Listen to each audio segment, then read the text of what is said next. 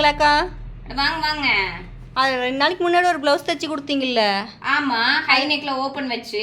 ஆமாங்க, அது எனக்கு அந்த ஓப்பனில் ஏதாவது பேட்ச் மாதிரி வச்சு ஏதாவது க்ளோஸ் பண்ணி கொடுங்க மேகலக்கா. ஏங்க? அது எங்கள் வீட்டுக்காருக்கு பிடிக்கலைங்களாமா. ஏங்க, அன்னைக்கு உங்களுக்கு பிடிச்சிருக்கு, ரொம்ப நல்லா இருக்குன்னு சொல்லி தானே என்னை தைக்க சொன்னீங்க? அது ஆமாம், அந்த பக்கத்து வீட்டுக்காரக்கா போட்டிருந்தாங்க, பார்க்கும்போது நல்லா இருந்துச்சுங்க.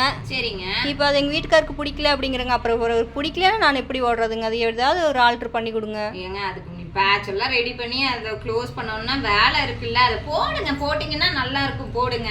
இல்லைங்க மேகலாக்கா, ஏதாவது ஒன்று பண்ணி அது க்ளோஸ் பண்ணி கொடுங்க. எங்கள் வீட்டுக்காருக்கு பிடிக்கலைன்னா அப்புறம் என்ன பண்ணுறதுங்க? இப்படி தாங்க பண்ணுறீங்க நிறைய பேர். ஒரு ப்ளவுஸு அவங்க போட்டிருந்தாங்க, இவங்க போட்டிருந்தாங்க, எங்களுக்கு பண்ணி கொடுங்கன்ட்டு வரீங்க. ஒன்று உங்களுக்கு எது நல்லா இருக்கும் அப்படின்னு சொல்லிட்டு எங்களை கேளுங்க. இல்லை உங்கள் வீட்டுக்கார்ட்ட, மாமியார்கிட்ட, பக்கத்து வீட்டுக்காரங்க கிட்ட, யார்கிட்ட பர்மிஷன் வாங்க முடியுமோ அவங்கக்கிட்ட எல்லாம் கொஞ்சம் பர்மிஷன் வாங்கிட்டு தைக்க கொடுங்க. அதை விட்டுட்டு தைச்சதுக்கு அப்புறம் வந்துட்டு எங்களுக்கு இந்த ஓப்பன் பிடிக்கல, அது சரியில்லை, நாட்டு வச்சு கொடுங்க, இல்லை நாட்டு வேண்டாம், கட் பண்ணிடுங்கன்னு ஒரு வேலை செஞ்சிடறோம். செஞ்சதுக்கப்புறம் திருப்பி எங்ககிட்ட இந்த மாதிரி வேலை சொன்னீங்க அப்படின்னா, இப்போ நீங்கள் தான் எங்ககிட்ட தைக்கிறீங்க, இந்த ஹை நெக் வச்சு ஓப்பன் வச்சு எல்லாம் தைச்சிட்டீங்க, இதுக்கு உங்களுக்கு ஒரு பில்லை போட்டாச்சு. இப்போ அதுக்கு பேட்ச் ரெடி பண்ணி தான் அந்த ஓப்பனை க்ளோஸ் பண்ணணும். இப்போ நீங்கள் அதை அடைச்சி கொடுங்க அந்த ஓட்டையை அப்படின்னீங்கன்னா நாங்கள் என்ன பண்ணுறது? அது வேலை செஞ்சு விட்டு உங்கள்கிட்ட காசு வாங்க முடியுமா? ஏக்கா நான் பேட்டனுக்கே காசு கொடுத்துட்டேன், பார்த்தா அதுக்கு இதுக்கும் கேட்குறீங்களே அப்படிம்பீங்க. நாங்களும் 10 நிமிஷம் உட்காந்துட்டு வேலை செய்யணும்.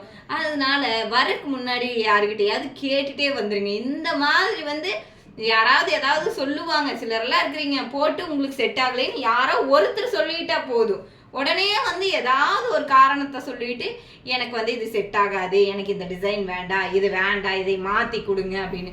தைச்சதுக்கப்புறம் அந்த புதுசாக ஃப்ரெஷ்ஷாக தைக்கிறதுலாம் கஷ்டம் கிடையாதுங்க. அதை ஆல்ட்ரு பண்ணுறோம் பார்த்தீங்களா, அதுதாங்க ரொம்ப கஷ்டம். ஏன் தான் எங்கள் கஷ்டம் மட்டும் உங்களுக்கு புரியவே மாட்டேங்குதுன்னு தெரியல. இதில் வேற நீங்கள் ஒரு பேட்டர்ன் சொல்லிட்டு போயிடுறீங்க, அதுக்கப்புறம் உங்கள் வீட்டில் வந்தாருன்னா திட்டுறாரு. என்ன அவளுக்கு என்ன வயசாச்சு, இந்த வயசில் அவளுக்கு பேட்டர்ன் கேட்குதா, நாட்டு வேற வச்சு அதில் இந்த டசில்ஸ் தொங்க விட்டுருக்கீங்க, இதெல்லாம் யாராவது கேட்டாங்களா? நீ உங்கள் வீட்டில் அக்கா தானேங்க சொல்லிட்டு போனாங்க, அவள் சொல்லுவா, என்ன வேணாலும் சொல்லிட்டு போவா. இப்படி அவள் வயசுக்கு தகுந்த மாதிரி துணி தைக்க வேண்டாமா? ஏன் உங்களுக்கு இத்தனை பேர்த்துக்கு துணி தைக்கிறீங்க, உங்களுக்கு தெரியாதா அப்படின்னு எத்தனை கேள்வி கேட்குறாங்கன்னு இருக்கிறீங்க.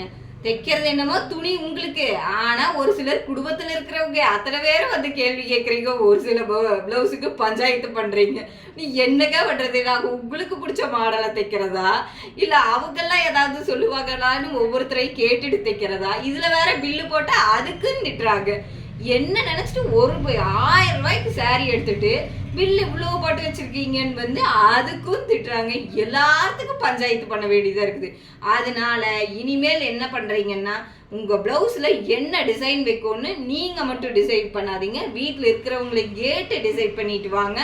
உங்களுக்கு எது தைச்சா நல்லா இருக்கும்ல நீங்கள் மட்டும் டிசைட் பண்ணிட்டு இங்கே கொடுத்துட்டு திருப்பி ரெடி பண்ணி கொடுங்க அப்படின்னு சொல்லிட்டு நிற்காதீங்க. இதுக்கு உங்கள் டைமும் வேஸ்ட் ஆகும், எங்கள் டைமும் வேஸ்ட் ஆகும். Thank you friends.